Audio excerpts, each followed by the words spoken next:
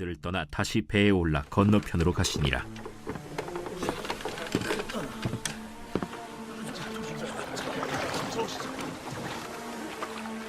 제자들이 떡 가져오기를 잊었음에 배에 떡 한 개밖에 그들에게 없더라.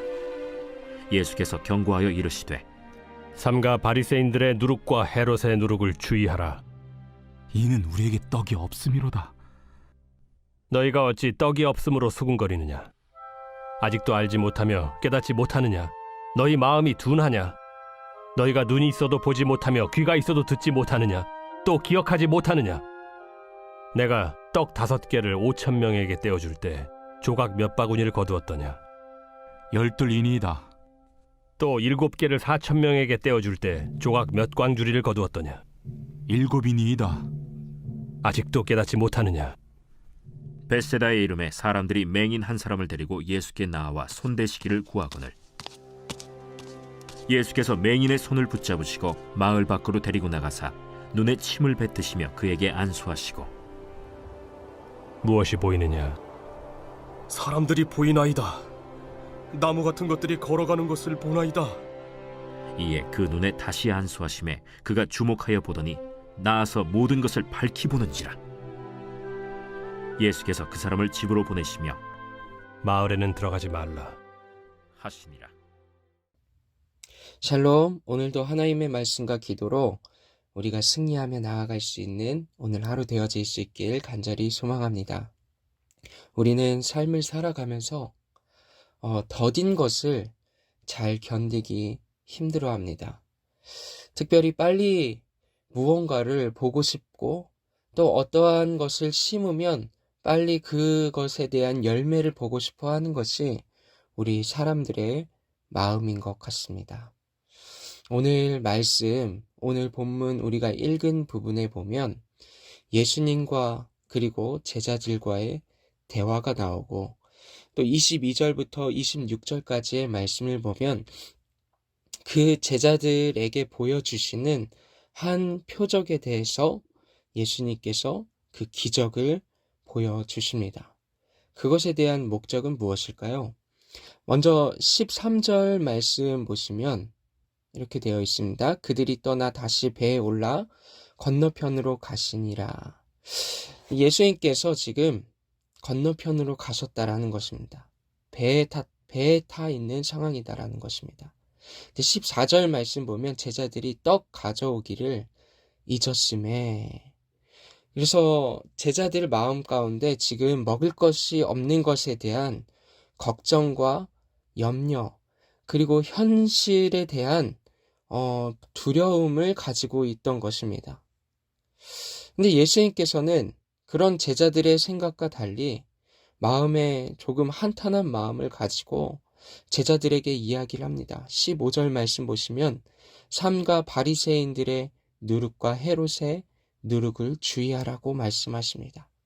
이 앞전에 어떤 일이 있었냐면 예수님께서는 4,000명을 그 오병이어의 기적과 같이 먹이시는 사건, 8장 1절부터 우리 9절까지의 말씀을 보면 그 기적의 사건을 다시 한번 보여주십니다. 근데 그럼에도 불구하고 우리 10절부터 13절까지의 말씀을 보면 바리새인들은 여전히 예수님 앞에 나와 하늘로부터 오는 기적과 표적을 구하는 것입니다. 예수님 앞에서 그렇게 구하며 나아갔던 것입니다. 그때 예수님께서 그들을 더 이상 상대하지 않으시고 배에 올라 다른 곳으로 갈 때에 일어났던 대화입니다. 그러니 예수님의 마음은 이 성장하지 못하고 있는 바리새인들을 보면서 얼마나 이 마음에 안타까움이 있었겠습니까? 아무리 기적을 보여줘도, 아무리 표적을 보여줘도 이들이 믿음이 성장하지 않는 것입니다. 그래서 그러한 어떠한 안타까운 마음 가운데 예수님은 15절에 이렇게 말씀하시는 것입니다. 예수께서 경고하여 이르시되 삼가 바리새인들의 누룩과 헤롯의 누룩을 주의하라 하시니.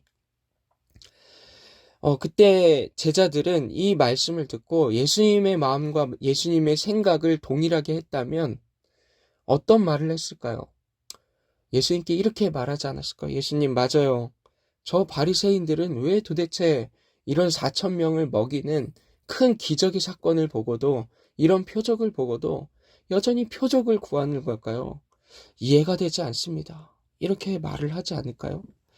근데 16절 보면 제자들은 놀랍게도 제자들이 서로 수군거리기를 이는 우리에게 떡이 없음이로다 하거늘. 그러니까 예수님은 A를 얘기하고 있는데 지금 제자들은 B를 얘기하는 것입니다. 같은 곳을 바라보지 못하고 있어요. 예수님을 따라다니는 제자들 또한 여전히 예수님의 마음을 느끼지 못하고 예수님이 바라보는 그 시선을 느끼지 못하고 제자들 역시 현실의 문제에 갇혀서 예수님의 말씀을 듣지 못하는 그러한 상태에 있다라는 것입니다. 그래서 예수님께서 17절 말씀 보시면 이렇게 제자들에게 말씀하세요. 배 위에서. 너희가 어찌 떡이 없으므로 수군거리느냐? 아직도 알지 못하며 깨닫지 못하느냐? 너희 믿음이 둔하냐? 이렇게 한탄을 하십니다. 18절 말씀입니다. 너희가 눈이 있어도 보지 못하며 귀가 있어도 듣지 못하느냐? 또 기억하지 못하느냐라고 말을 합니다. 그리고 19절부터 20절까지 말씀을 보면 오병이어의 사건에 대한 것을 다시 한번 상기시켜 주면서 또 20절 말씀 보면은 7개를 가지고 4,000명에게 떼어줄 때에 조각 몇 광주리를 거두었느냐, 방금 전에 있었던 그 사건과 역사에 대한 다시 한번 기억하게 해주며 제자들에게 알려주는 거죠. 그러면서 21절 말씀에 보면 아직도 깨닫지 못하느냐라고 말씀을 하고 있습니다. 그때 예수님께서 이러한 제자들을 더디지만 점차적으로 예수님과 함께하고 있지만 여전히 알아듣지 못하는 바리새인들과 동일한 우리 제자들에게 어떠한 표적을 보여주냐면 점진적인 치유와 회복이 일어나는 그러한 사건과 표적을 보여주십니다. 우리 22절부터 26절까지의 말씀을 보면 벳세다에 이릅니다. 그때에 사람들이 한 맹인을 데리고 와서 예수님께서 손대 주시기를 구하는 모습을 볼 수가 있습니다. 그때 예수님께서 23절 말씀 보면 맹인의 손을 붙잡고 마을 밖으로 데리고 나가서 눈에 침을 뱉고 그에게 안수하시고 무엇이 보이느냐 물으십니다. 예수님께서 첫 번째로 했던 행동은 마을 밖으로 나갔다라는 건 이 기적의 사건은 다른 많은 수많은 사람들이 볼 필요가 없이 지금 이 제자들이 봐야 할 사건이다라는 거예요. 그때 첫 번째로 했던 것이 무엇이냐면 눈에 침을 뱉으시고 그에게 안수하시고 첫 번째로 침을 뱉고 안수를 하십니다. 무엇이 보이느냐 질문했을 때 그 맹인이 이야기하죠. 24절 말씀입니다. 사람들이 보이나이다. 근데 사람들이 온전히 보이지 않고 나무 같은 것들이 걸어다니는 것처럼 보인다라는 거예요. 온전한 회복이 아니었습니다. 그때 예수님께서 이에 그 눈에 다시 안수하십니다.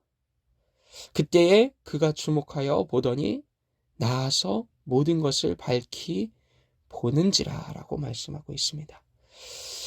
더디 회복되어지는 그러한 맹인의 모습을 보여주며 여전히 더디지만 여전히 알아듣지 못하지만 예수님께서 우리들을 치유하시고 예수님께서 우리들을 고치시고 우리들을 인도하신다라는 약속의 기적의 모습을 보여줄 수가 있는 것이죠. 사랑하는 성도 여러분, 오늘 우리가 하루를 살아갈 때에 예수님은 어쩌면 예수님의 마음을 우리에게 이렇게 나누실지 모르겠습니다. 삼가 바리새인들의 누룩과 헤롯의 누룩을 주의하라. 여전히 믿지 못하고 여전히 나에 대해서 의심하고 바라보지 못하는 그런 사람들과 같이 살아가지 말아라. 그렇게 말을 하는데 우리는 여전히 떡이 없다라고 예수님 앞에 말하고 있는 우리의 모습은 아닐까요? 그렇다면 우리의 이러한 더딘 우리의 성장이 없는 것과 같은 우리의 삶에 찾아오셔서 오늘도 예수님은 우리에게 안수하시며 우리를 점진적으로 더디지만 성장할 수 있도록 고쳐주십니다. 오늘도 이 하나님 말씀 앞에 하나님, 우리가 하나님 앞에 더욱더 고침받고 성장하기 원합니다. 주님의 마음과 같이 우리가 삶을 살아가기 원합니다. 주님이 바라보시는 그곳을 함께 바라보며 살기 원합니다라고 함께 고백하며 나아갈 수 있는 저와 여러분 되어질 수 있길 간절히 소망합니다. 그래서 기도하겠습니다. 하나님 아버지 감사합니다. 오늘도 하나님의 말씀을 통해 깨닫지 못하고 듣지 못하는 제자들을 바라보시며 그래도 더디지만 점진적으로 고치시는 그 기적의 사건을 통해 우리에게 보여주시는 주님의 사랑과 은혜를 다시 한번 바라봅니다. 주님, 우리에게 오늘도 말씀을 통해서 고쳐주시고 하나님 정말 온전히 밝히 볼 수 있도록 우리의 눈을 열어 주시옵소서. 감사드리며 예수 그리스도의 이름으로 기도드립니다. 아멘.